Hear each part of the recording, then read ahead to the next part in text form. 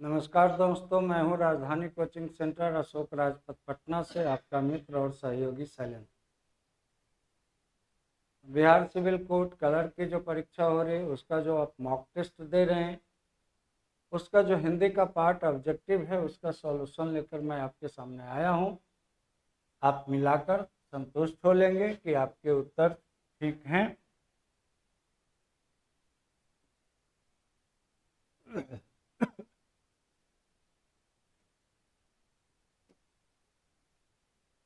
यह है निम्नलिखित मुहावरों का अर्थ स्पष्ट करते हुए उनका वाक्यों में प्रयोग कीजिए। तो एक है नाक का बाल होना, मतलब इसका अर्थ होता है बहुत प्यारा होना। इसका अर्थ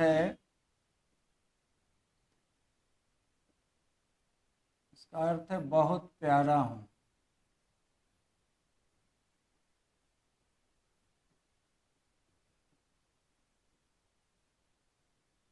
वाक्य बना सकते हैं कि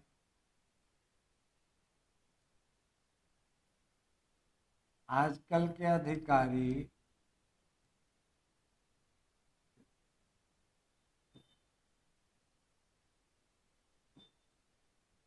मंत्रियों के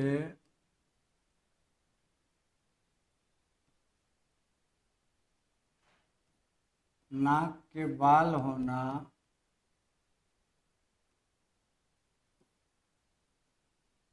चाहते हैं।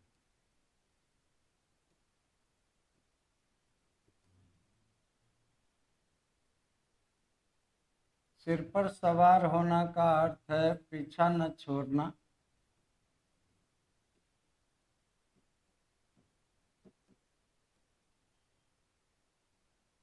वाक्य बना सकते हैं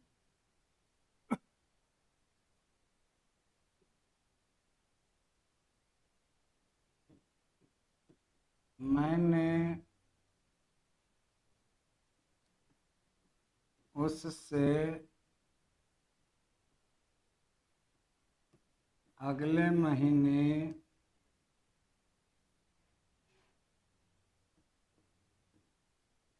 रुपये लौटाने का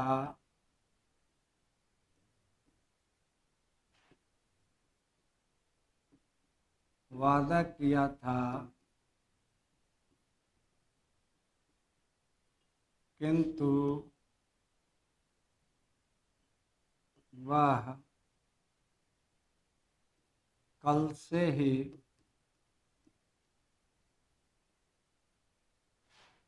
मेरे सिर पर सवार है।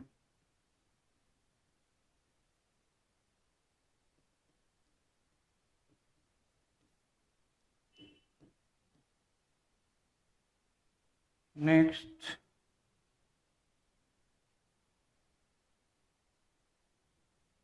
अब है कि इन वाक्यों के शुद्ध रूप लिखना है।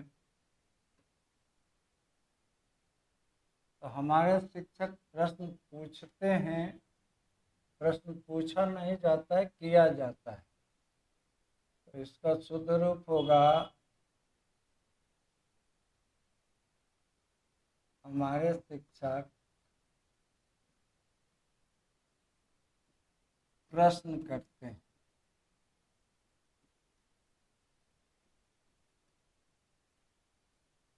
दूसरा है कि मैंने 1 वर्ष तक उनकी प्रतीक्षा देखी।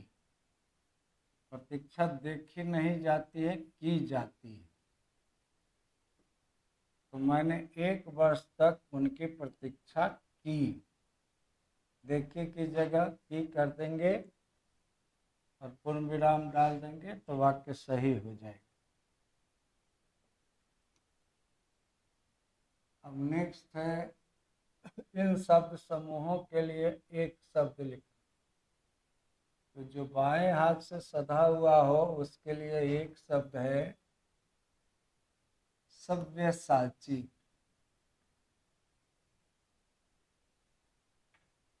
वास्तव में बाएं हाथ से सधा होने का मतलब है, इसका मूल अर्थ था जो बाएं हाथ से बाण चलाता हो अच्छी तरह से।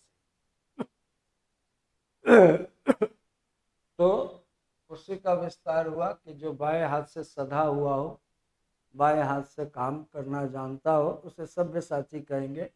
ऐसे ये शब्द लक्ष्मण के लिए प्रचलित था।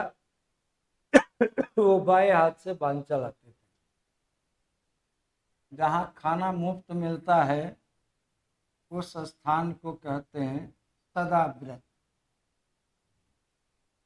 आपने यदि नमक का दारोगा कहानी पढ़ी होगी तो पढ़ा होगा कि मुंशी बंशीधर जी सदा व्रत चलाते थे दिन में, और रात में काला बाजारी करते थे। तो सदा व्रत वह स्थान है जहाँ लोगों को मुफ्त भोजन बांटा जाता है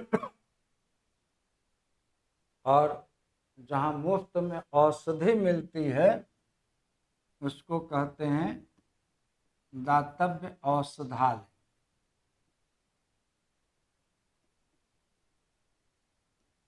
ये अलग से एक एडिशनल है, इससे मिला जुला है, इसलिए मैंने आगे विलोम शब्द लिखना है। तो जंगम मतलब चलने वाला, स्थावर मतलब एक जगह रुका रहे। निंदा का विलोम प्रशंसा है या स्तुति भी कर सकते हैं।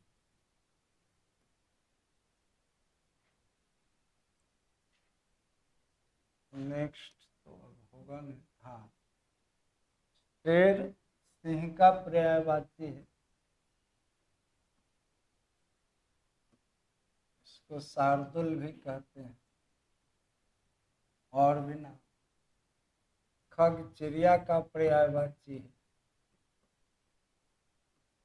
इसको पंछी भी कहते हैं, पक्षी भी कहते हैं, विहग भी कहते हैं और भी कह सकते।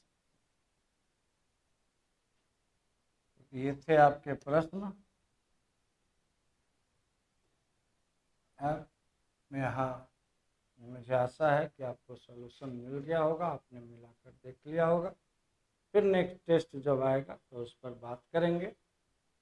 और मेरी कोशिश रहेगी कि मैं थोड़ा पत्र और निबंध के बारे में भी आपको थोड़ा थोड़ा गाइडलाइन दे दूं कि आपने क्या लिखा और क्या लिखना चाहिए था। तो अगले वर्ग से मैं कोशिश करूंगा कि वैसा भी हो जाए, आपके लिए आपको सहूलियत मिले। चलिए, बहुत धन्यवाद आपका। Thank you.